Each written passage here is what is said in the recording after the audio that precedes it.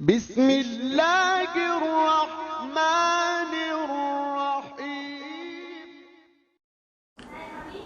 আসসালামু আলাইকুম ওরহমতুল্লাহি ওবারাকাতুহু আলহামদুলিল্লাহি রব্বিল আলামিন ওয়াসসালাতু ওয়াসসালামু আলা রাসূলিহিল আমিন ওয়ালা আলিহি ওয়াসহাবিহি আজমাইন আম্মা বাদ আউযু বিল্লাহি সামিউল আলিম মিনাশ শাইতানির রাজিম মিন হামজিহি ওয়া নাফসিহি ওয়া নাফসিহি বিসমিল্লাহির রহমানির রহিম। সমস্ত প্রশংসা আল্লাহ সুবহানাহু ওয়া তাআলার জন্য। শান্তির ধারা পরিচিতক মুহাম্মদ সাল্লাল্লাহু আলাইহি ওয়াসাল্লামের প্রতি।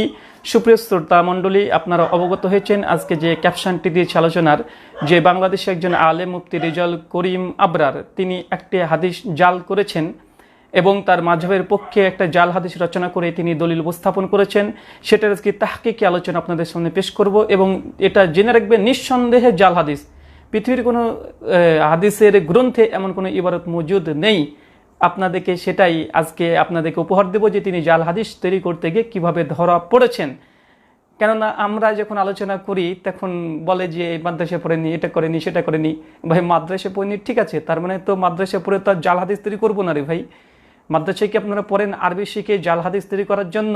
এটাই কি আরবি শিখার আপনাদের মূল মাকসাদ, যে আরবি শিখে আপনারা হাদিস জাল তৈরি করবেন? তো যাই হোক, আজকে আমরা আলোচনা খুব লম্বা করব না, তার আলোচনাটি সম্পূর্ণ আমরা শোনাবো, তারপরে আমরা একটা একটা করে জবাব ইনশাআল্লাহ আমরা পেশ করব। আলোচনায় কেন? কারণ আমরা দেখেছি যে বাংলাদেশের এই রেজাউল করিম আবরার তিনি আব্দুর রাজ্জাক বিন ইউসুফ, মুজাফফর বিন মহসেন আর ওইটিসি আহলে হাদিস আলেম ওলেমাদের ভিডিওকে কাট করে তিনি একদম যাচ্ছেতাইভাবে অকথ্য ভাষায় তিনি কথা বলে তিনি খণ্ডন করেন। তার জন্য আমরাও, যেহেতু আমাদের প্রতি অভিযোগ আছে, তাই জবাব দিতেই হয়। অভিযোগ যদি তারা না করতো আমরা জবাব দিতাম না। তারা যেহেতু আমাদের ভিডিওকে কাট করে জবাব দেয়, তাই আমরাও তাদের কাছ থেকেই এই উসুলটা নিয়েছি এবং আমরা তাদেরও ভিডিওকে আমরা আপনাদের সামনে জবাব দেব। এবং তারা যে কতটা মিথ্যাচার করে এবং হাদিস পর্যন্ত জাল করে নিজের মাযহাবের পক্ষে, এটা আপনাদের সামনে আজকে পেশ করব। তো যাই হোক, আসেন আমরা প্রথমত আলোচনা একটা শ্রবণ করি। তার আলোচনা, ইমামের পেছনে সূরা ফাতিহা পড়বেন কি পড়বেন না, এই মর্মে সম্ভবত 96 FM বাংলাদেশে কোনো এক FM চ্যানেলে তিনি উত্তর দিতে গিয়েছেন।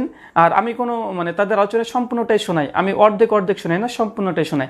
আসেন প্রথমত তাদের আলোচনাটা আমরা একটু শ্রবণ করি, তিনি কি বলেন।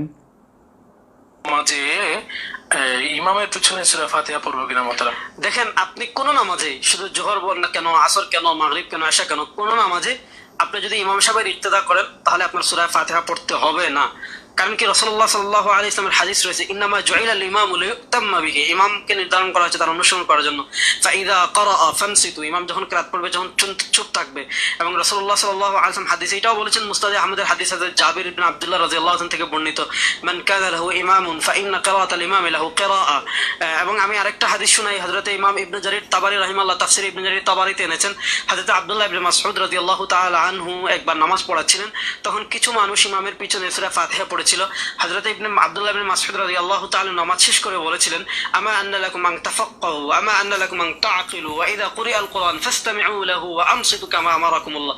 যে তোমাদের চিন্তা করা উচিত ছিল, আমা আন্না লাকুম আন তাফাক্কাহু আমা আন্না লাকুম আন তাআকিলু ওয়া ইযা কুরিআল কুরআন, যখন কুরআন পড়াবে ফাসতামিউ লাহু ওয়া আনসিতু, চুপ করে শুনবে, কামা আমারাকুমুল্লাহ। এজন্য কোন নামাজে ইমাম সাহেবের পিছনে সূরা ফাতিহা পড়তে হবে না। বাকি লা সালাতা ইল্লা বিফাতিহাতিল কিতাব যে হাদিস রয়েছে, সেই হাদিসের ব্যাখ্যা আমরা রাসূলুল্লাহ সাল্লাল্লাহু আলাইহি ওয়াসাল্লামের হাদিস থেকেই পেয়ে যাই। ইমাম তিরমিজি রাহিমাহুল্লাহ তিরমিজিতে এনেছেন, লা সালাতা ইল্লা বিফাতিহাতিল কিতাব ইযা কানা ওয়াহদাহু, যখন সে একাকী নামাজ পড়বে। এবং এই হাদিসকে ইমাম তিরমিজি রাহিমাহুল্লাহ বলেছেন হাসানুন সহিহ, এই হাদিসটা সর্বোচ্চ পর্যায়ের বিশুদ্ধ। এই হাদিস থেকে পাইলাম যে আমরা যখন একাকী নামাজ পড়বো তখন সূরা ফাতিহা পড়া আবশ্যক, কিন্তু যখন ইমামের পিছনে আমরা নামাজ পড়বো ফাইন্না কিরাআতাল ইমামি লাহু কিরাআ, তখন ইমামের কিরাআতই আমাদের কিরাআত, তখন আর সূরা ফাতিহা পড়তে হবে না। মোহতারাম আরেকটি প্রশ্ন করেছেন আমাদেরকে আব্দুল্লাহ, এবারে ফিতরা কত নির্ধারণ? আপনারা আলোচনা শুনেছেন, সম্পূর্ণ আলোচনাটা তার প্রশ্নোত্তর পর্বটা দিয়েছি। এই মাত্র 1 মিনিটে তিনি 4G গতিতে অনেকগুলো দলিল দিয়েছেন এবং অনেকগুলো খেয়ানত করেছেন, প্রতারণা করেছেন। এর মধ্যে আবার 1 মিনিটের মধ্যে হাদিস জালও তৈরি করে ফেলেছেন। আসেন আমরা এবার ধারাবাহিক পর্যায়ে আপনাদের সামনে আমরা একটা করে এবার জবাব দেবো যে তিনি 1 মিনিটের মধ্যে তিনি হাদিস জালও করেছেন, তিনি নিজের ইচ্ছা মতো তিনি ব্যাখ্যা করেছেন, সমস্ত কিছু নিজে করে ফেলেছেন। আসেন আমরা কয়েকটা প্রথমত দেখব। তিনি প্রথম একটা দলিল দিয়েছে, আপনারা লক্ষ্য করেছেন প্রথম যে দলিলটা, যে তিনি বলেছেন রাসূল সাল্লাল্লাহু আলাইহি ওয়াসাল্লাম থেকে হাদিস প্রমাণিত আছে, ইজা কারা ফাআনসিতু, যখন কোরআন পাঠ করা হয় তখন তোমরা চুপ থাকো। এই হাদিসটা পেশ করেছে, কিন্তু এই হাদিসটা কে বর্ণনা করেছে এটা বর্ণনা করেনি, কোন গ্রন্থে বর্ণনা আছে তাও তিনি বর্ণনা করেনি। এখন আমি কিভাবে বুঝবো যে এই হাদিসটা আসলে কোন গ্রন্থে বা কোন রাবি থেকে বর্ণনা এসেছে? একই ধরনের রাবি এই ধরনের হাদিস অনেকগুলো বর্ণনা করেছে। আবু দাউদে আছে, নাসাইতে আছে, দারাকুতনিতে আছে, মুওয়াত্তা মুহাম্মাদে আছে, একাধিক জায়গাতে আছে। এখন তিনি কোন গ্রন্থের ইবারত পড়লেন এটা একটা মূল বিষয়। তারপরে আমরা যদি বলি যে এই হাদিসটা যদি আবু হুরায়রা রাদিয়াল্লাহু তাআলা আনহু সূত্রে যদি আপনি পড়ে থাকেন, তা আমরা বলবো যে আবু হুরায়রা রাদিয়াল্লাহু তাআলা আনহু তিনি যদি বলেন ইজা কারা ফানসিতু, যখন কিরাত পাঠ করা হয় তখন তোমরা চুপ থাকো, তো আমরা বলবো ঠিকই আছে, আবু হুরায়রা রাদিয়াল্লাহু তাআলার কথা ঠিকই বলেছেন, যখন কোরআন পাঠ করা হয় তখন তোমরা চুপ থাকো। যে আমরা আহলুল হাদিসরাও ইমাম সাহেব যখন সূরা ফাতিহার পরে আর রহমান ধরে আমরা সেই সময়তে চুপ থাকি, এটা আমাদের বিরুদ্ধে নয়। এখন বলতে পারেন না এখানে সূরা ফাতিহাটাও খাস, তো আমরা বলবো সূরা ফাতিহার কথা এখানে খাস নাই। মনে রাখবেন মাসালায়ে খালাফুল ইমাম মানে সূরা ফাতিহা, এই মাসালাতে সূরা ফাতিহা হচ্ছে খাস আর কিরাত হচ্ছে আম, তাই খাস দলিল দিতে হবে, আম নয়। আর আম আর খাসের মধ্যে যে টক্কর লেগে যায়, মুহাদ্দিসিন সকলে যারা মুজতাহিদ ইমাম তারা সকলে রায় পেশ করেছে, আম আর খাসের মধ্যে যে টক্কর লেগে যায় খাসটাই প্রাধান্য পায়। এটা হানাফিদের উসুল স্পষ্টভাবে একাধিক জায়গাতে মওজুদ আছে। আল্লামা বিশেষ করে ইমাম তহাবি শারহু মানিল আল আসারি তিনি কথাই নকল করেছেন উসুল, যে আম আর খাসের মধ্যে যে টক্কর লেগে যায় খাসটা প্রাধান্য পায়। তো ইজা কারা ফানসিতু, যখন কিরাত পাঠ করা হয় তখন তোমরা চুপ থাকো। তো আমরা আহলুল হাদিস যারা আছি আমরা সূরা ফাতিহা পরে ইমাম সাহেব যখন সূরা রহমান ধরে, সূরা ইয়াসিন, গাশিয়া যাই ধরুক না কেন আমরা চুপ থাকি, আমরা শ্রবণকারী। তাই এই হাদিসটা আমাদের বিরুদ্ধে নয়। জবাব 2, যদি আবু হুরায়রা থেকে রিওয়ায়াতটা হয় তাহলে আমরা বলবো যে স্বয়ং আবু হুরায়রা রাদিয়াল্লাহু তাআলা আনহু, সে মুসলিম হাদিস নম্বর 395, যেটা মাকতায়ে শামালাতে যেই ক্রমিক অনুসারে, এবং ইসলামিক ফাউন্ডেশন হাদিস নম্বর 687-তে স্পষ্টভাবে আছে। আবু হুরায়রা রাদিয়াল্লাহু তাআলা আনহুকে যখন জিজ্ঞাসা করলো যখন আমরা ইমামের পেছনে থাকবো তখন কি আমরা সূরা ফাতিহা পড়বো, তিনি বলছিলেন যে লা সালাতা লিমান লাম ইয়াকরা বিফাতিহাতিল কিতাব, সূরা ফাতিহা ছাড়া নামাজ হয় না। একজন ফার্সি প্রশ্ন করছে আবু হুরায়রা যখন আমরা ইমামের পেছনে থাকবো তখন কি করব? আবু হুরায়রা বলছে যে ইকরা বিহা ফি নাফসিক, তখন তুমি মনে মনে পড়ো। তার মানে বোঝা গেল আবু হুরায়রা যদি একথা বলে যখন কোরআন পাঠ করা হয় তোমরা চুপ থাকো, না ইমামকে নিযুক্ত করা হয় তার আনুগত্য করার জন্য, যা কারা ফানসিতু, যখন কিরাত পাঠ করা হয় তখন তোমরা চুপ থাকো। কিন্তু ওই আবু হুরায়রা রাদিয়াল্লাহু তাআলা আনহু তিনি বলছেন হ্যাঁ তবে তোমরা সূরাতুল ফাতিহা এটা তোমরা পড়ো, সূরা ফাতিহা পড়ো, লা সালাতা লিমান লাম ইয়াকরা বিফাতিহাতিল কিতাব, সূরা ফাতিহা ছাড়া নামাজ হয় না। তার মানে বোঝা গেল আবু হুরায়রার ইজা কারা ফানসিতু এই বর্ণটা আম, আর সূরা ফাতিহা পড়াকে আবু হুরায়রা রাদিয়াল্লাহু তাআলা খাস করে দিলেন যে হ্যাঁ ইমামের পেছনে থাকলে সূরা ফাতিহা পড়তে হবে, অ্যান্টিভেনাম। তাছাড়া যদি আপনি আবু মুসা আশআরী থেকে যদি এই রিওয়ায়াতটা দেন তা আমরা বলবো আবু মুসা আশআরীর এই রিওয়ায়াতকে ইমাম বুখারী জুজুল কিরাত হাদিস নাম্বার 234-এ তিনি যে বলেছেন, একাধিক যে বলেছে। এই বিষয়ে বিস্তারিত যদি আমার তাহকিক জানতে চান, আমার একটা আলোচনা আছে, 3টে পর্বে আলোচনা আছে, তাহকিকি মাজলিস মাসআলা 5, 6, 7, এই 3টে অধ্যায় দেখেন। আমি সম্পূর্ণ হানাফি মাযহাব পক্ষ থেকে যে দলিলগুলো পেশ করা হয় সূরা ফাতিহা পড়তে হবে না, তাদের প্রত্যেকটা দলিলের একটা একটা করে ধরে ধরে আমি জবাব দিয়েছি। ওই জবাবটা আপনারা শুনতে পারেন। আসেন, তারপর তিনি একটা বলেছেন কি যে মুসনাদে আহমদের একটা হাদিস তিনি বর্ণনা করেছেন, মান কানা লাহু ইমামু ফাকিরা, যে ইমামের কিরাত মুক্তাদির জন্য যথেষ্ট। তিনি মুসনাদে আহমেদ থেকে দলিলটা পেশ করেছে। তিনি এখানে একটা চক্রান্ত করেছে, কেন জানেন? আসলে এটা ইবনু মাজাহ হাদিস নাম্বার 850-এ আছে, কিন্তু তিনি মুসনাদে আহমদের রেফারেন্স দিয়েছে। দারাকুতনিতে হাদিসটা আছে, কিন্তু দারাকুতনি বর্ণনাটা নিয়ে আসেনি। কেন জানেন? কারণ দারাকুতনিতে হাদিসটা নিয়ে আসার পর ইমাম দারাকুতনি নিজে বলেছেন এই হাদিসটা যায়ীফ। দুটো কারণ উল্লেখ করেছে। একজন রাবির উপরে অভিযোগ করেছে ইমাম দারাকুতনি রাহিমাহুল্লাহ, সে রাবির নামটা বলছি না, তবে মনে রাখবেন মানে ইমাম দারাকুতনি রাহিমাহুল্লাহ এমন একজন ব্যক্তির উপরে অভিযোগ করেছে ওরা হজম করতে পারবে না। তার জন্য এই মান কানা লাহু ইমাম এই হাদিসটা দারাকুতনি থেকে পেশ করেনি, কারণ ইমাম দারাকুতনি সুনান দারাকুতনির 1240 নম্বর হাদিসে এই হাদিস নিয়ে এসে তিনি যায়ীফ ঘোষণা করে দিয়েছেন। দুটো রাবির উপরে আপত্তি করেছে, তার জন্য দলিল পেশ করেনি। ইবনু মাজাহ সচরাচর সমস্ত মানুষের হাতে আছে, 850 নম্বর হাদিস। এই হাদিসের মধ্যে একজন রাবি আছে জাবির আল জুফি। সমস্ত মুহাদ্দিসদের ঐক্যমতে কাযযাব, মিথ্যুক, প্রতারক, এর হাদিস গ্রহণযোগ্য নয়। তাই মান কানা লাহু ইমামু, এই যে ইমামের কিরাত মুক্তার জন্য যথেষ্ট, এই দলিলটা তিনি ইবনু মাজাহ থেকে পেশ করেনি। কেন মুসনাদ আহমেদ থেকে পেশ করেছে তার একটা কারণ আছে। মুসনাদ আহমেদ সবার কাছে মানে হাতে মজুদ নেই, এখন বলে দিল মানুষ মেনে নিবে। তারপরেও আমরা বলবো মুসনাদ আহমেদ থেকে যে দলিল আপনি পেশ করেছেন, মুসনাদে আহমেদের এই দলিল এখানে ইনকেতা আছে। মুসনাদে আহমেদের দলিল এটা মুনকাতি, এটা ইনকেতা আছে। এই বিষয়ে যদি বিস্তারিত জানতে চান মুসনাদে আহমেদ আপনি নুসখা খুলে দেখতে পারেন।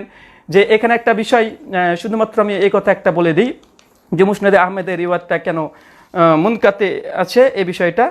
তো এই জন্য আমার এ বিষয়ে বিস্তারিত আলোচনা আছে, আমার একটি বই আছে, সে বইটা আপনারা দেখতে পারেন। তো প্রথম কথা হচ্ছে মুসনাদে আহমেদে জাবির আল জুফি এই রাবি বাদ পড়েছে, মুসনাদে আহমেদের জাবির আল জুফি এই রাবি বাদ পড়েছে, তার জন্য মুসনাদে আহমেদের এটা মুনকাতি, এটা সূত্র বিচ্ছিন্ন ইনকেতা আছে, আপনি একটা ইনকেতা দলিল দিয়েছেন। তারপরে মান কানাল ইমাম, যে ইমামের কিরাত মুক্তার জন্য যথেষ্ট। ইমাম দারাকুতনি সুনান দারাকুতনিতে নিয়ে এসে তিনি জেব ঘোষণা করেছেন। তারপরে সুনান ইবনু মাজাতে 850 ওখানে জাবির আল জুফি এই রাবি আছে। আর এই রাবিকে কখনোই চ্যালেঞ্জ করলাম, কখনোই ওলেমাই আহনাফ দেওবন্দিরা কখনোই সহি হাসান প্রমাণ করবে না। যদি প্রমাণও হয় তারা প্রমাণ করতে চাইবে না। কেন জানেন সুপ্রিয় দর্শক মণ্ডলী, এই জাবির আল জুফি মান কানা লাহু ইমাম, এই হাদিসের যে সনদে জাবির আল জুফি আছে, এই জাবির আল জুফি কাজ্জাব মিথ্যুক, এর হাদিস গ্রহণযোগ্য নয়। এটা হানাফি মাযহাব দেওবন্দি বেরলভি যারা আছে এরা কখনোই জাবির আল জুফিকে হাসান প্রমাণ করার চেষ্টাও করবে না। কেন জানেন? কারণ একটাই, যে জাবির আল জুফিকে স্বয়ং ইমাম আবু হানিফা রাহিমাহুল্লাহ, জন্ম 80 হিজরি, মৃত্যু 150 হিজরি, তিনি বলেছেন কাযযাব, মিথ্যুক, ধোঁকাবাজ, সবচেয়ে বড় মিথ্যাবাদী যদি কেউ আসমা রিজাল গ্রন্থে হয়ে থাকে, ইমাম আবু হানিফা রাহিমাহুল্লাহ তিনি বলেছেন সে হচ্ছে জাবির আল জুফি, যিনি আছেন এই ইমামের কিরাত মুক্তার জন্য যথেষ্ট। এই হাদিসের সনদে আলহামদুলিল্লাহ, যেটা মুসনাদে আহমেদ থেকে পেশ করেছেন ওখানেও আছে, সুনান দারাকুতনি থেকে পেশ করে, মানে দারাকুতনিতে এখানেও আর একজন আছে, ওই রাবিটার নাম বললাম না। তো যাই হোক, আপনাদেরকে এখানে বলছি জাবির আল জুফি তিনি কাযযাব, মিথ্যুক, ধোঁকাবাজ। এখন প্রমাণ অ্যান্টিভেনাম প্রমাণ, এটা রিজাল্ট শাস্ত্র থেকে দেওয়া যেতে পারে, একাধিকবার দিয়েছি, আজকে রিজাল্ট শাস্ত্র থেকে দেখাবো না, ওলামায়ে আহনাফের কলম দিয়ে লিখেছে তাদের গ্রন্থ থেকে কিছু দেখাই। একটা বই দেখাই, এটা হচ্ছে ইমামে আজম আবু হানিফা রাহিমাহুল্লাহর পরিচয়, মহাত্মা এবং অপবাদ খণ্ডন, সংকলন মুফতি বশির হাসান কাশেমি, দারুল উলুম দেওবন্দ, একজন দেওবন্দি আলেম। তিনি এই বইটার 39 নম্বর পৃষ্ঠাতে ইমাম আবু হানিফা রাহিমাহুল্লাহ যে মুহাদ্দিস, তিনি যে রিজাল শাস্ত্রবিদ, এটা প্রমাণ করার জন্য একটা দলিল কায়েম করেছে। আবার বোঝেন, ইমাম আবু হানিফা রাহিমাহুল্লাহ যে মুহাদ্দিস, তিনি রিজাল শাস্ত্রবিদ ছিলেন, এর জন্য একটা দলিল নিয়ে এসেছে। ইমাম আবু হানিফা যে মানে যারা তাদের জানতেন তার প্রমাণ পেশ করেছে 39 নম্বর পৃষ্ঠায়। কি দলিল দেখেন, আসেন আমরা একটু পড়ে পড়ে শোনাই। 29 নম্বর পৃষ্ঠায়, এটা ইন্ডিয়ান বই, আপনারা যারা আছেন তারা ইন্ডিয়া থেকে কিনতে পারেন, মুফতি বশির হাসান কাশেমির। একদম শেষ লাইন পড়বেন, শেষ লাইন পড়বেন, 29 নম্বরে শুরু হয়েছে, 40-এর শেষে 4টে লাইন পড়বেন। কি লিখছে দেখেন, আমি পড়ছি। লিখছেন যে সিয়াসিত্তা লেখকগণের মধ্যে অন্যতম ইমাম তিরমিজি রাহিমাহুল্লাহ, মৃত্যু 279 হিজরি, ইমাম আবু হানিফা রাহিমাহুল্লাহ বলেছেন জাবির আল জুফি থেকে বড় মিথ্যাবাদী এবং আতা বিন আবি রবাহ রাহিমাহুল্লাহ থেকে উত্তম কোনো ব্যক্তি আমি দেখিনি। অধ্যালোচনা করেছে ইমাম সাহেব, মানে ইমাম আবু হানিফা রাহিমাহুল্লাহ রিজাল শাস্ত্রবিদ ছিলেন, এটা প্রমাণ করতে গিয়ে বলছে ইমাম আবু হানিফা যে রিজাল জানতেন, তিনি যে যারা তাদিল করেছেন রাবিদের উপরে, তার জন্য একটা দলিল নিয়ে এসেছে স্বয়ং হানাফি দেবন্দিরা, যে ইমাম আবু হানিফা রাহিমাহুল্লাহ বলেছেন যে জাবির আল জুফির মতো কাযযাব, মিথ্যুক, ধোঁকাবাজ এর মতো আমি কোনো ব্যক্তিকে দেখি নাই, আর আতা বিন আবি রবার মতো উত্তম কোনো ব্যক্তি দেখি নাই। এই ইবারত দিয়ে, এই যারা আর তাদিলটা দিয়ে ইমাম আবু হানিফাকে রিজাল শাস্ত্রবিদ প্রমাণ করা হয়। কিন্তু আজকে আপনারা এখান থেকে পালাচ্ছেন কেন? আজকে জাবির আল জুফিকে ইমাম আবু হানিফা রাহিমাহুল্লাহ নিজে কাযযাব বলেছে, আজকে আপনারা সেই জাবির আল জুফির আপনারা হাদিস পেশ করছেন। একটু লজ্জা লাগে না? একটু লজ্জা লাগে না? কেমন ডবল স্ট্যান্ডার্ড, কেন এই দ্বিচারিতা? আপনাদের ইমাম সাহেব বলেছে জাবির আল জুফি কাযযাব, আবার আপনারা এই জাবির আল জুফির সনদ দিয়ে আপনারা হাদিস পেশ করছেন। যদি এই হাদিস গ্রহণ করতে হয় তাহলে স্বীকার করতে হবে ইমাম আবু হানিফা রাহিমাহুল্লাহ তিনি যারা তাদের জানতেন না, কেননা তিনি বলছেন কাযযাব, আর উলামায়ে দেওবন্দ তারা দলিল পেশ করছে জাবির আল জুফি থেকে। অ্যান্টিভেনাম ইন্ডিয়ার বাসী যারা আছেন তারা এই বইটা কিনবেন, দেখবেন 40 নম্বর পৃষ্ঠায় কথা লেখা আছে। আর নকল করেছে কোথা থেকে? এল আউস সাগির, ইমাম তিরমিজির এল আউস সাগির, প্রথম খণ্ড 739 পৃষ্ঠা। এখান থেকে আর একটা গ্রন্থ থেকে নকল করেছে খায়রাতুল হিসান, 28 নম্বর পৃষ্ঠা থেকে ইবারতটা নকল করেছে। তাই ওলামায়ে হানাফি যারা আছে তাদেরকে বলছি, দেওবন্দি যে মুফতি আবরার সাহেব, আপনি যে দলিল দিয়েছেন ইমাম আবু হানিফা রাহিমাহুল্লাহর বিরুদ্ধে চলে গেছে, এখন আপনি বড় পণ্ডিত, আপনাকে মানতে হবে না ইমাম আবু হানিফা রাহিমাহুল্লাহকে শ্রোতারা মানবে, দর্শকরা মানবে, মুসলিম উম্মাহ মানবে? আমরা ইমাম আবু হানিফা রাহিমাহুল্লাহর পক্ষে আছি এই মাসালাতে, আপনারা বিপক্ষে চলে গেছেন। আবার দেখেন আরেকটা বই দেখাই, যারা বাংলাদেশি আলেম আছেন, বাংলাদেশ থেকে যারা আলোচনা শুনছেন তাদের জন্য অ্যান্টিভেনাম জবাব আছে। আরেকটা বই আপনাদেরকে দেখাই, সে বইটা বাংলাদেশ থেকে ছাপিয়েছে, এটা আপনাদের জন্য মানে পুষ্টিদায়ক হবে, আপনারা কিনবেন বইটা, কেনার পরে পড়বেন যে কি অবস্থা। এই বইটার নাম হচ্ছে আহলে হাদিসের স্বরূপ সন্ধানে, দেওবন্দি লেখক মুফতি মিজানুর রহমান কাশেমি, মুফতি মিজানুর রহমান কাশেমি, তিনি বইটা রচনা করেছেন, বাংলাদেশ থেকে ছাপিয়েছে, বাংলাদেশের লেখক। এই বইটার 123 নম্বর পৃষ্ঠার প্রথম 5টা লাইন পড়বেন, একদম প্রথম 5টা লাইন পড়বেন। এখানে কি লিখছে দেখেন, আশ্চর্য হয়ে যাবেন। বাংলাদেশ থেকে বইটা কিনে নিন, পড়বেন আবরার সাহেব একবার এমন একটা দলিল পেশ করেছেন যেটা আপনার মাযহাবের বিরুদ্ধে, মাযহাব না ইমামের বিরুদ্ধে চলে যায়। আজিব দুনিয়া। দেখেন কি বলছেন, 150 হিজরির দিকে যখন অধিকাংশ তাবি ইন্তেকাল হয়ে গেল, তখন কিছু বিচক্ষণ ইমামগণ রাবিদের তাওসিক ও তথা নির্ভরযোগ্য এবং দুর্বলতা সাব্যস্ত করেন। এক্ষেত্রে মুখ খুললেন যেমন ইমাম আবু হানিফা রাহিমাহুল্লাহ। হ্যাঁ, কত গর্ব করে বলছে ইমাম আবু হানিফা রাহিমাহুল্লাহ। ইমাম আবু হানিফা রাহিমাহুল্লাহ বলেন, আমি জাবের আল জুফির চেয়ে অধিক মিথ্যুক আর কাউকে দেখিনি। ইমাম আবু হানিফার কথা নকল করছে যে ইমাম আবু হানিফা রাহিমাহুল্লাহ রিজাল শাস্ত্রবিদ ছিলেন, এবং যখন মিথ্যুক রাবিরা সমাজে প্রচলিত হতে শুরু করলো, ইমাম আবু হানিফা রাহিমাহুল্লাহ মুখ খুলেছিলেন। আর ইমাম আবু হানিফা রাহিমাহুল্লাহ তিনি বলছেন যে আমি জাবের আল জুফির চেয়ে অধিক মিথ্যুক আর কাউকে দেখিনি। স্পষ্ট, তার মানে বোঝা গেল যে আপনি যে দলিলটা দিয়েছেন ইমাম আবু হানিফা রাহিমাহুল্লাহ জাবের আল জুফিকে কাজ্জাব, মিথ্যুক বলেছে, আর আপনি মিথ্যুক একজন রাবির হাদিস দিয়ে আপনি নিজেই মিথ্যাবাদী প্রমাণিত হয়ে গেলেন। আজীব দুনিয়া। কি ব্যাপার ভাই, আমরা বুঝি না আপনারা এরকম দ্বিচারিতা নীতি কেন? নিজেরাও সুল তৈরি করেছেন, নিজেরা বলছেন জাবের আল জুফি কাজ্জাব, আবার এই দলিল দিয়ে ইমাম আবু হানিফা রাহিমাহুল্লাহকে আপনি জারা তাদলিলের ইমাম পেশ করতে চাইছেন। এরকম কেন? আপনি ছেলের মা, আপনি ছেলের মাসি বেশি একসঙ্গে হলে হবে? তা তো হবে না। এটাকেই বলা হয় তাসের ঘর ভেঙে চৌচির হয়ে যাবে, দুর্বল ঘর নিযুক্ত করতে হয় না। আর একটা বই দেখাই, এ বইটা হচ্ছে বাংলাদেশ থেকে ছাপিয়েছে। বইটার নাম হচ্ছে ষড়যন্ত্রের কবলে ইমাম আবু হানিফা ও হানাফি ফিকহ। বইটা প্রায় 1000 পৃষ্ঠার বই, ইমাম আবু হানিফা রাহিমাহুল্লাহর প্রসঙ্গে লিখেছে এবং বিভিন্ন অপবাদ খণ্ডন করেছে। মাসান ইন্টারন্যাশনাল পুস্তক থেকে এটা প্রকাশ করেছে। বইটার বাংলাদেশ থেকে ছাপিয়েছে বাংলাদেশি লেখক। লেখক হচ্ছে মুফতি সিরাজুল ইসলাম আল বাজ্জাজি, সিরাজুল ইসলাম বাজ্জাজি, বাংলাদেশের লেখক। এই বইটা 334 পৃষ্ঠাতে পড়বেন। এখানে ইমাম আবু হানিফা রাহিমাহুল্লাহকে জারা তাদিলের ইমাম পেশ করতে গিয়ে আবার এই দলিলটা নিয়ে এসেছে। কি এনেছে দেখেন, দেখেন দাগানো আছে, 2 জায়গাতে দাগানো আছে। আপনার বইটা কিনে নেবেন। কি লিখছে দেখেন, হাদিস গ্রহণের ব্যাপারে ইমামে আজম সনদ যাচাই বাছাই ছিল সর্বোচ্চ পর্যায়ের। ইমাম তিরমিজিকৃত জামিয়াত তিরমিজির বর্ণনা ইহাই তার প্রমাণ করে। ইমাম তিরমিজি জামিয়াত তিরমিজির কিতাবুল এলালে উল্লেখ করেছেন, মোহাম্মদ বিন গাইলান আমাদের বলেন, ইয়াহিয়া আল হাম্মানি আমাদের বলেছেন, ইমাম আবু হানিফাকে বলতে শুনেছি, তিনি বলেন, আমি জাবের আল জুফি হতে মিথ্যাবাদী আর কাউকে দেখি নাই, আর আতা বিন আবি রবার মতো উত্তম আর কাউকে দেখি নাই। পরিষ্কারভাবে আপনাদের মাত্র 3টে গ্রন্থ থেকে দেখালাম যে আপনারা যে দলিল পেশ করেছেন মান কানা লাহু ইমামু, যে ইমামের কিরাত মুক্তাদের জন্য যথেষ্ট, এই যে মুসনাদে আহমেদ থেকে আপনারা দিয়েছেন, যদি এখানে জাবের আল জুফি নেই, এখানে সনদ বিচ্ছিন্ন হয়ে গেছে। এর জবাব আমরা ইনশাল্লাহ একাধিক, মানে আপনি যদি আবার তানকিদ করেন আমরা আবার পাল্টা জবাব দিব, আপনাকে জবাব দেওয়ার একটা সুযোগ রেখে দিলাম। তারপরে জাবের আল জুফি আছে এই হাদিসের রাবিতে, মানে সনদে জাবের আল জুফি আছে। আর জাবের আল জুফিকে স্বয়ং ইমাম আবু হানিফা রাহিমাহুল্লাহ তিনি কাজ্জাব, এবং সমস্ত আসমান জমিনের নিচে সবচেয়ে বড় কাজ্জাব যদি কেউ হয়ে থাকে আমরা বলবো ইমাম আবু হানিফা রাহিমাহুল্লাহর মত অনুসারে তিনি জাবের আল জুফি। আর আপনার তার দলিল দিয়েছেন, একটু লজ্জা লাগা উচিত, একটু লজ্জা লাগা উচিত। তারপরেও অ্যান্টিভেনাম যদি হাদিস সহিহ প্রমাণ করেন, ধরে নিই জাবের আল জুফি থেকে যদি আমরা বাদ দিয়ে দিই, তারপর যদি ধরে নিই যে ইমামের কিরাত মুক্তার জন্য যথেষ্ট, যদি সহিহ ধরে নিই, তারপরে আপনাদের কোনো দলিল নাই, ইমামের কিরাত মুক্তার জন্য যথেষ্ট। ওই যে আমি আগে ব্যাখ্যা করে দিয়েছি, ইমাম সাহেব সূরাতুল ফাতিহা পাঠ করার পরে যখন অন্য কোনো কিরাত সূরা গাশিয়া, ইয়াসিন আর রহমান ধরবে, এই কিরাতের কথা বলা হয়েছে, সূরা ফাতিহা যথেষ্ট এই কথা বলা হয়নি। তার প্রমাণ এটাই যে হযরত জাবের বিন আব্দুল্লাহ রাদিয়াল্লাহু তাআলা তিনি বলছেন ইমামের কিরাত মুক্তার জন্য যথেষ্ট, কিন্তু স্বয়ং জাবের বিন আব্দুল্লাহ রাদিয়াল্লাহু তাআলা তিনি ইমামের পেছনে মুক্তাদি হিসাবেও তিনি সূরাতুল ফাতিহা তিনি পাঠ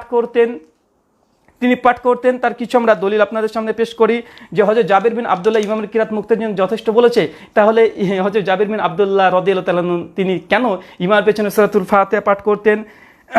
এ ব্যাপারে আপনার শোনেন ইবনু মাজাহ দেখবেন 843 নম্বর হাদিস, জাবের বিন আব্দুল্লাহ রাদিয়াল্লাহু তাআলা আনহুর আমল বর্ণনা করা আছে, এবং তিনি বলেছেন নিজেই যে তিনি বলছেন যে আমরা জোহর এবং আসরে ইমামের পেছনে প্রথম 2 রাকাতে সূরা ফাতিহা অন্য সূরা পড়তাম, আর শেষ 2 রাকাতে সূরা ফাতিহা পড়তাম। সুনান ইবনু মাজাহ হাদিস নাম্বার 843 এবং সুনান কুবরা লিল বাইহাকি হাদিস নাম্বার 2944, মিসবাহুজ জুজাহ হাদিস নাম্বার 312, মুসনাদুজ জামেহ হাদিস নাম্বার 2284, আল্লামা নাসরুদ্দিন আলবানী রাহিমাহুল্লাহ তাহকিককৃত ইরওয়ালুল গালিল হাদিস নাম্বার 506, ইমাম বুসরি রাহিমাহুল্লাহ, শেখ শোয়েব আরনাউত রাহিমাহুল্লাহ, এছাড়া আল্লামা নাসরুদ্দিন আলবানী রাহিমাহুল্লাহ, হাফেজ জুবাইর আলী জাহি রাহিমাহুল্লাহ, অনেকে হাদিসটাকে সহিহ বলেছে। তো আমরা এখানে বললাম জাবের বিন আব্দুল্লাহ থেকে যদি ইমামের কিরাত মুক্তার জন্য যথেষ্ট এই হাদিস যদি সহিহ প্রমাণ হয়, তারপরে আপনাদের দলিল নেই কেন? জাবের বিন আব্দুল্লাহ নিজেই ইমাম পিছনে সূরা ফাতিহা পড়তেন। আর ইমাম তিরমিজি রাহিমাহুল্লাহ সালাম তিরমিজি 312 নম্বর হাদিস আলোচনা করতে গিয়ে তিনি ওখানে অনেক সাহাবী যারা ইমামের পেছনে সূরা ফাতিহা পড়তেন তাদের আলোচনা করতে গিয়ে বলেছেন যারা ইমাম সূরা ফাতিহা পড়তেন তাদের মধ্যে জাবের বিন আব্দুল্লাহ রাদিয়াল্লাহু তাআলা আনহু ছিলেন। তো আলহামদুলিল্লাহ আপনাদের কোনো দলিল নেই। এই জন্য আমি কালকেও বলেছিলাম যে বেল পাকলে কাকের কি।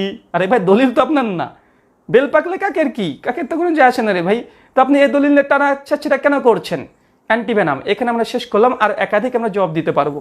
তারপরে দেখেন যে আরেকটা তিনি দলিল পেশ করেছেন যে আব্দুল্লাহ ইবনু মাসুদ রাদিয়াল্লাহু তাআলা আনহু থেকে প্রমাণ করেছেন, তা বিশেষ করে তাফসির থেকে যেটা তাবারিতে আছে, তাবারি থেকে তিনি দলিল পেশ করেছেন যে আব্দুল্লাহ ইবনু মাসুদ একদা একজন ব্যক্তিকে দেখলেন তিনি ইমাম হোসেন সূরাতুল ফাতিহা মানে তিনি কিরাত করছিলেন, আর আব্দুল্লাহ বিন মাসুদ রাদিয়াল্লাহু আনহু তিনি বলছেন যে তোমাদের কি হয়েছে, তোমরা ইমাম হোসেন সূরা ফাতিহা পড়ছো, তোমরা জানো না ওয়াইজা কুরিয়াল কোরআন, যখন কোরআন পাঠ করা হয় তখন তোমরা চুপ থাকো। এই ঘটনা তাফসীর তাবারি থেকে তিনি বলেছেন, তিনি বলতে চাইছেন যে ইমামের পিছনে মুক্তাহিদ সূরা ফাতিহা পড়বে না। আমি শুধুমাত্র এই কথাই বলবো আমাদের আবরার ভাই সাহেবকে যে ভাই আপনাদের কাছে কি এই যঈফ এবং মুনকাতি সূত্র বিচ্ছিন্ন ছাড়া কোনো সনদ আপনাদের কাছে পান না? যখনই সনদ পেশ করেন তখনই দেখি সূত্র বিচ্ছিন্ন। এমন কেন ভাই? মহিলাদের সালাতের মধ্যে পার্থক্য যখন দলিল পেশ করছেন ওখানে সবগুলো সূত্র বিচ্ছিন্ন, ইনকেতা আছে, তারাবির রাকাত সংখ্যার পরে অধিকাংশই সূত্র বিচ্ছিন্নতা আছে। কালকে আপনারা পেশ করলেন যে তাউস থেকে মুয়াজের যে টাকা দিয়ে ফিতরা, যদিও টাকার কথা নাই, ওটাও মুনকাতি, ওখানে সূত্র বিচ্ছিন্ন। আজকে আব্দুল্লাহ ইবনে মাসুদ থেকে যে দলিলটা দিয়েছেন যে যখন কোন পাঠ করে তোমরা চুপ থাকো, এতে তাফসিরে তাবারিতে আমরা দেখলাম হাদিস নাম্বার 15584, যেটা বিশেষ করে যা তাহকিক করেছেন মোহাম্মদ আহমেদ শাকির, 15884 নম্বর তার ক্রমিক অনুসারে তাফসীর তাবারির ক্রমিক অনুসারে। তো এইখানে তিনি যেই দলিলটা পেশ করেছে এটা মুনকাতে কেন? কারণ এখানে দেখেন আমি কয়েকটা কারণ শুধুমাত্র বলি যে এই সনদের মধ্যে আছে দাউদ বিন আবি হিন্দ। দাউদ বিন আবি হিন্দ তিনি মৃত্যুবরণ করে 139 হিজরি, মতান্তরে 140 হিজরি। 139 হিজরি মতান্তরে 140 হিজরির ছোট তাবেঈ ছিলেন। আর এই বিষয়ে ইমাম ইবনে হিব্বান সহ আরো অনেক ওলেমারা তিনারা বলছেন যে এই দাউদ বিন আবি হিন্দ তিনি একজন ছোট তাবেঈ ছিলেন, আর তিনি আনাস বিন মালিক রাদিয়াল্লাহু তাআলা আনহুকে ছাড়া আর কাউকে দেখেন নাই। আনাস রাদিয়াল্লাহু তাআলা আনহু কে দেখেছেন কিন্তু তার থেকে হাদিস শ্রবণ সাব্যস্ত নয়। দাউদ বিন আবি হিন্দ কোন সাহাবীর সঙ্গে সাক্ষাৎ প্রমাণিত নয়, একজন ছোট তাবেঈ ছিলেন, কোনো সাহাবীর সঙ্গে সাক্ষাৎ প্রমাণিত নয়। শুধুমাত্র একজন আনাস বিন মালিকের সঙ্গে সাক্ষাৎ হয়েছে কিন্তু হাদিস শ্রবণ করেছে এর কোনো প্রমাণ নাই। আপনারা মুনকাতি একটা দলিল দিয়ে দিলেন। আব্দুল্লাহ ইবনে মাসউদ রাদিয়াল্লাহু তাআলা আনহু মৃত্যুবরণ করছে 32 হিজরিতে, আর এই দাউদ বিন আবি হিন্দ তিনি মৃত্যুবরণ করছে 40 হিজরিতে। এই দাউদ বিন আবি হিন্দের সঙ্গে আব্দুল্লাহ ইবনে মাসউদের কোনো সাক্ষাৎই প্রমাণ নাই, আপনারা দলিল দিয়ে দিলেন। বিস্তারিত তাহকিকের জন্য দেখেন মাশহুরুল উলামা হাদিস ক্রমিক নম্বর 1187, ইকমাল ক্রমিক নম্বর 1468, সিকাত ইবনে হিব্বান হাদিস নম্বর 7728, শিয়ারু আনামিন নুবালা ইমাম জাহাবির 6 নম্বর খণ্ডে 376 এবং 378 পৃষ্ঠা সহিহ সনদে বর্ণনা আছে যে বিশেষ করে দাউদ বিন আবি হিন্দ ছোট তাবেঈ ছিলেন, তিনি আনাস বিন মালিককে দেখেছেন কিন্তু হাদিস শ্রবণ করেননি, ইবনে মাসউদের সঙ্গে তার সাক্ষাৎ হয়নি। আপনার দলিল পেশ করে দিলেন। 2 নম্বর আরো একটা অভিযোগ আছে এই হাদিসের মধ্যে মুহারিবি, যার সম্পূর্ণ নাম মুহারিবি আবু মুহাম্মদ আব্দুর রহমান বিন মুহাম্মদ, এই রাবির উপরে অভিযোগ হচ্ছে এটা তিনি মুদাল্লিস রাবি ছিলেন, তাদলিস করতেন, অত্যাধিক পরিমাণে তাদলিস করতেন। শিয়ারু আনামিন নুবালা ইমাম জাহাবিও তিনি নকল করেছেন 9ম খণ্ডের 137 পৃষ্ঠায়, এবং তাবাক্কাত মুদাল্লিসিন রাবি নাম্বার জীবনী নাম্বার 80, আসমাল মুদাল্লিসিন রাবি নাম্বার 35-এ যে মুহারিবি তিনি মুদাল্লিস ছিলেন, তিনি আনাদি হাদিস বর্ণনা করেছে। আমরা এর আগের দিনই বলেছি যে দলিল সহ নামাজের মাসালে আব্দুল মতিন সাহেব 87 নম্বর পৃষ্ঠায় লিখেছেন, এবং নাসিরুদ্দিন চাঁদপুরি তার হানাফি কেল্লা 1ম খণ্ড 140 পৃষ্ঠায় লিখেছেন যে তাদলিস মিথ্যার নামান্তর। আর এই হাদিসে এই মুহারিবি তিনি তাদলিস করেছেন, অবশ্যই হাদিসটা গ্রহণযোগ্য নয়। তারপরে হাদিসটা ইনকিত আছে। তারপরেও এখানে আহমেদ শাকির রাহিমাহুল্লাহ তিনি আরেকটা অভিযোগ নিয়ে এসেছেন যে এই সনদের মধ্যে বাশির হচ্ছে মাজহুল, বাশির হচ্ছে মাজহুল। টিকাটা দেখে নেন, বিশেষ করে তাফসির তাবারির তাহকিক যেটা আল্লামা আহমেদ মোহাম্মদ শাকির করেছে, 15,584 1 নম্বর টিকা দেখেন, বুঝতে পারবেন। তার মানে আপনি যে ঘটনাটা পেশ করেছেন ইবনে মাসুদ থেকে, 3 জন রাবির উপর অভিযোগ আছে। 1, দাউদ বিন আবি হিন্দের সঙ্গে ইবনে মাসুদের সাক্ষাৎ প্রমাণিত নয়। 2, এখানে মুহারিবি তিনি মুদাল্লিস রাবি। 3, এখানে বাশির ইনি হচ্ছেন মাজহুল। তো ভাই কেমন দলিল দেন? আজীব ব্যাপার, দলিল পেলে দিয়ে দিতে হবে। একটু তাহকিক করেন, একটু দেখেন যে আপনি কি পেশ করছেন। আল হাদিসের কোনো হাদিসের মধ্যে একটু দুর্বলতা থাকলে রে বাবা ঝড় তুলে দেয়। নিজের হাদিস এমন কিছু হাদিস দিচ্ছে, আজীব হয়ে গেলেন। এখানেই ক্ষান্ত নয়, হাদিস জাল করেছেন। এরপরে এখন আপনাদের সামনে নিয়ে আসছে যে তিনি হাদিস জাল করেছেন কোনটা। আসেন তারপরে আমরা দেখি। এই গেল তাফসিরে তাবরির যেই তাফসিরটা দিয়েছে, তারপরে হাদিস জাল। এবার হাদিস জালের ঘটনা নিয়ে আসি। অনেকক্ষণ অপেক্ষা করেছেন, হাদিস জাল কোথায় করেছে একটু শুনে আপনাদেরকে। হযরত ইবনে আব্দুল্লাহ ইবনে মাসউদ রাদিয়াল্লাহু তাআলা নামাজ শেষ করে বলেছিলেন, আমা আন্না লাকুম মান তাফাক্কাহু আমা আন্না লাকুম মান তাআকিলু ওয়া ইযা কুরিআল কুরআন ফাসতামিউ লাহু ওয়া আমসিতু কামা আমারাকুমুল্লাহ। যে তোমাদের চিন্তা করা উচিত ছিল, আমা আন্না লাকুম মান তাফাক্কাহু আমা আন্না লাকুম মান তাআকিলু ওয়া ইযা কুরিআল কুরআন, যখন কোরআন পড়াবে ফাসতামিউ লাহু ওয়া আমসিতু, চুপ করে শুনবে। এটার আমরা তাহকিক পেশ করলাম। এখানে 3টে রাবির প্রতি আপত্তি আছে। কামা আমারাকুমুল্লাহ, এজন্য কোন নামাজে ইমাম সাহেবের পিছনে সূরা ফাতিহা পড়তে হবে না। বাকি লা সালাতা ইল্লা বিফাতিহাতিল কিতাব যে হাদিস রয়েছে, সেই হাদিসের ব্যাখ্যা আমরা রাসূলুল্লাহ। এই দেখেন, পেয়ে গেছি হাদিস জাল করা। এবার পেয়েছি হাদিস জাল করা। দাঁড়ান একটু ভালো করে শুনবেন। উনি বলছেন যে লা সালাতা লিমান লাম ইকরা বিফাতিহাতিল কিতাব।